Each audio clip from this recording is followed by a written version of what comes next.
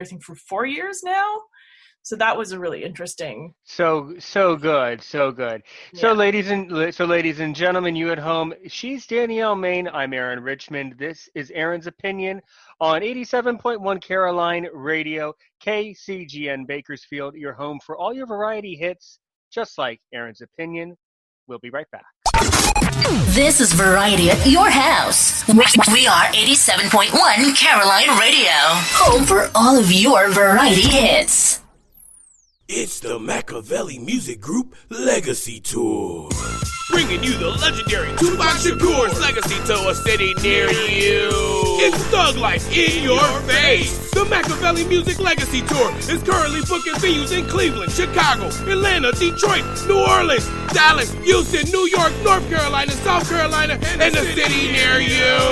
Contact 2 Deep at 337-936-5176. That's 337-936-5176. Or follow them on IG at I'm Too Deep, IMTOODEEP for booking details. This message has been brought to you by Kendrick Lassane, CEO of Machiavelli Music Group and cousin of Tupac Shakur, and Too Deep, CEO of Machiavelli Music Group and owner of KFSM Radio, Bloody Rain Productions, and Mixoplex Entertainment Group. Keyboard Cat, Hamilton the Pug, and Toast Meets World. These are some of the internet's most beloved pets. And they all have one thing in common. Their stories started in a shelter. Start your story. Adopt a dog or cat today. Visit theshelterpetproject.org to find a pet near you.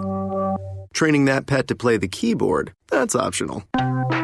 Start a story. Adopt a shelter or rescue pet today. Brought to you by Maddie's Fund, the Humane Society of the United States, and the Ad Council. Okay, what are you wearing right now? Nothing. That's right. So mommy's going to teach you how to dress yourself. Underwear always comes first, name tag at the back, then pants, then shirt. Get the first button in the right hole or you have to start all over. Socks going first, then shoes, right on right, left on left. With shoelaces, just take the ends, cross them over, switch the loops, the rabbit goes down the hole, pull tight, and you're left with bunny ears. Got it? Why are your pants on your head? Most parenting is hard to do in just 2 minutes. But 2 minutes twice a day making sure they brush their teeth is easier, and it could help save them from a lifetime of tooth pain. Visit 2min2x.org to find out more. A message from the Partnership for Healthy Mouths, Healthy Lives, and the Ad Council. How's it going? I'm having a stroke. Are you going to shake my hand? I'm having a stroke. Wow, you're not even moving your arm. I'm having a stroke. When someone is having a stroke, they may not be able to say it with words, but their body language will tell you loud and clear. Look for FAST. F, face drooping. A, arm weakness. S, speech difficulty. T, time to call 911 immediately. Know the sudden signs. Spot a stroke fast. Visit strokeassociation.org. Brought to you by the American Stroke Association and the Ad Council. The storks are bringing me a baby brother. We can do this together. All right, let's go. Storks know how to keep kids safe. Do you? What? Oh my gosh, you don't know. I know. You don't. Oh man, you laugh when you're uncomfortable. No. Making sure your child is in the right car seat is one of the steps to safer travel. I will rock this. You will rock this. To know for sure that your child is in the right car seat for their age and size, visit safercar.gov/the right seat. Cool. Very cool. Brought to you by the National Highway Traffic Safety Administration and the Ad Council. This is Variety at your house. We are 87.1 Caroline Radio, home for all of your variety hits. Welcome back, listener. This is Aaron Richmond, and you are listening to the Aaron's Opinion podcast on Caroline Radio or wherever you get your podcast. If you're just joining us, welcome. We are speaking with Danielle Main, the president of Leash of Hope Assistance Dogs. All right, let's get back into this for part two. So, I would like to address. I didn't know, and this is the art of podcasting and radio. I didn't know that I would be talking about this tonight, but it falls right into the conversation. So I feel like I need to talk about it. So I would like you, if you want, to tell us your full opinion about people who train their own dogs, and let's kind of dig into that. Sure. I think it's an important conversation to have and it can be a contentious one. So I apologize if this rubs people the wrong way, but coming from someone like, we put years into these dogs, we put years and years of work into these dogs. So it's really hard. And not just that, we also put a lot of effort into ensuring the right kind of people are handling dogs in public, because it makes a huge impact on the rest of our communities and our world. So for me, when I think about people training their own dogs, it'd be kind of like someone waking up one day and going, I've decided I need a wheelchair and I'm going to build one from scratch from YouTube videos.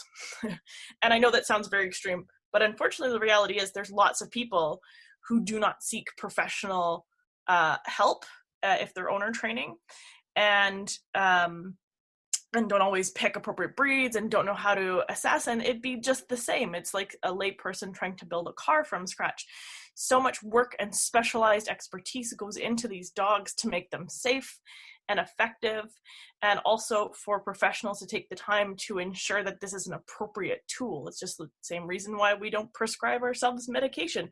Somebody else probably knows more about it than you do, to be able to determine whether that medication is appropriate for you or not. And the reality is, and again, I'm not saying this is the case for everybody, there's some people out there who probably aren't appropriate candidates to be walking around with their own dogs, and it creates a massive risk for public, other handlers, even the dog, because these dogs, you know, they get stepped on, they get bumped into, they get carts rolled over them, and knowing how to handle that and to know when a dog's breaking point is like, there's so many factors to it that's not just as easy as, you know, deciding you need a dog and buying a vest off of eBay or something like that and then starting to work your dog in public.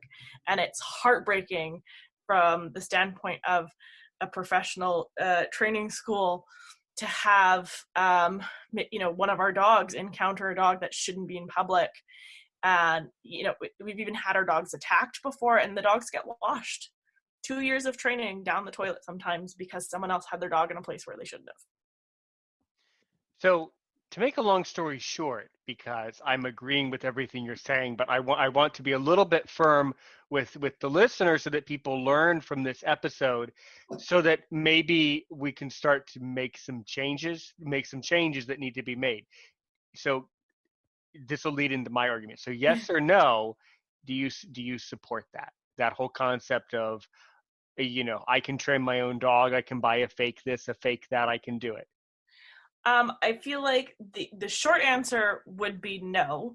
Our program will correct, and there you. So thank you for that. So let me tell you a little bit more about my frustration with Nani, working Nani, that in my side of the border, wherever that might be, in my opinion, other blind people around our country are doing a very similar thing, where somehow they have been given this notion that it is acceptable to take their pet dog, buy a fake harness, and force them to work as their guide dog.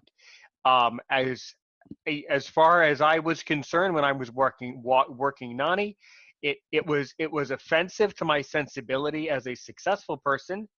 It was offensive to other people around me. And quite frankly, it was highly unsafe for my dog, and I did not appreciate it. And I'm incredibly frustrated that this problem is perpetuating and getting worse and worse and worse.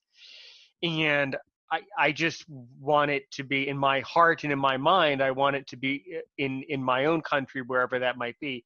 I wish that it was illegal. I wish that it was against federal law for someone to be using a fake service dog in a public place.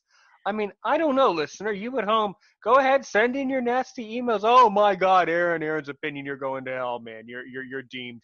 You're doomed. Go ahead, send in your nasty emails. But yeah, I'm a little emotional about it, because I feel that this is a serious issue that needs to be fixed. It's not safe, it's not appropriate, and by the way, it's really abusive to that pet dog who doesn't even know how to be a successful guide dog or whatever service dog.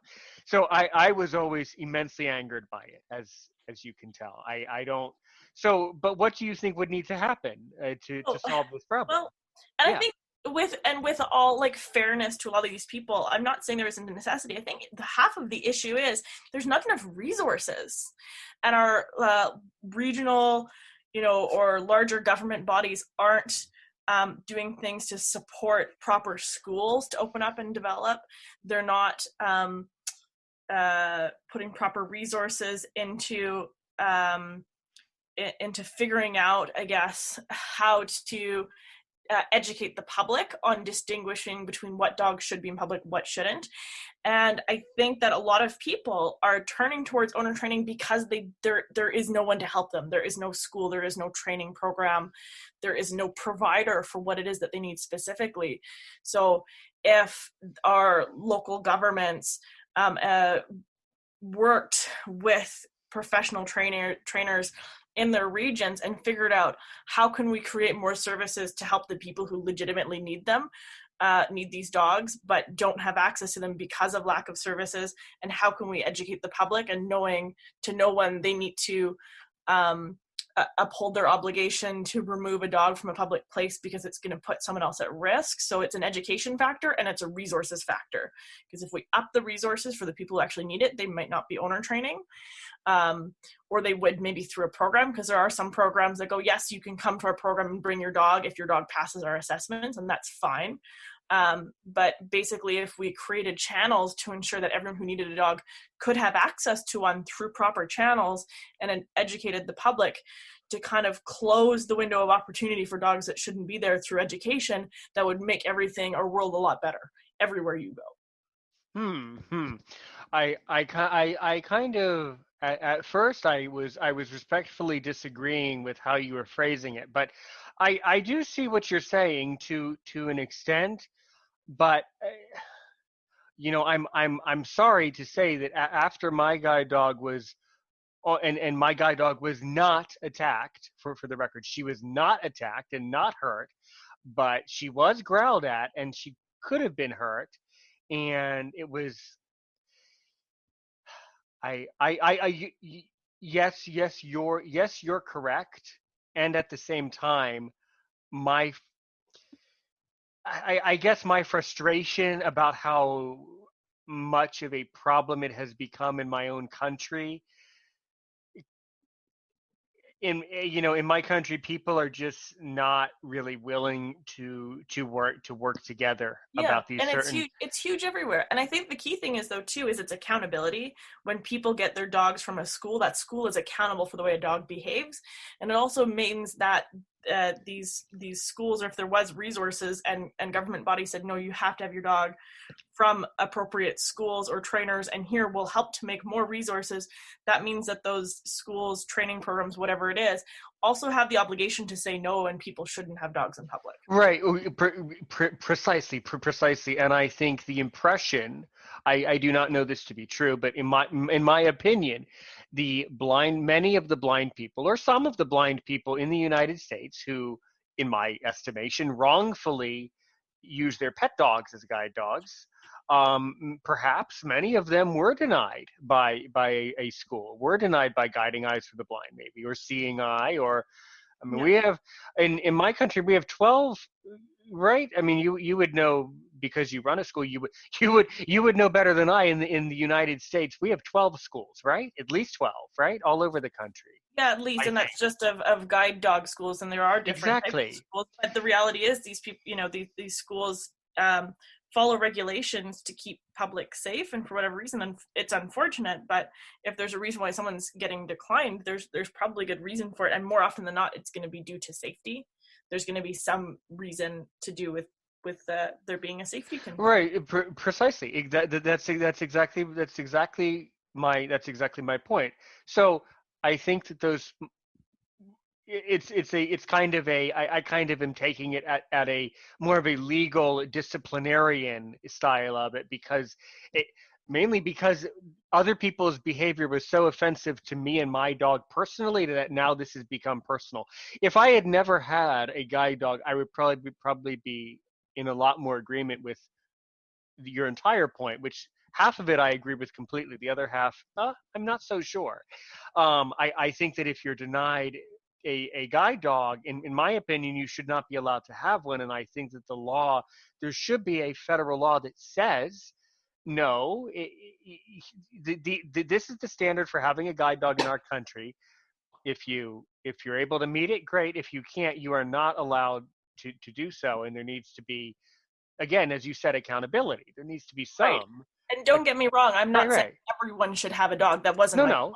No. My point was to eliminate the need for people to try to train by themselves, so that there was someone accountable, professionals going, yes, we will provide you a dog, and yes, we will be accountable for the way your dog behaves in public, or no, you shouldn't have a dog. Right, exactly. Okay, but then in my country, people misbehave, though. Oftentimes when they're People denied... misbehave everywhere. It's a problem here, too. I have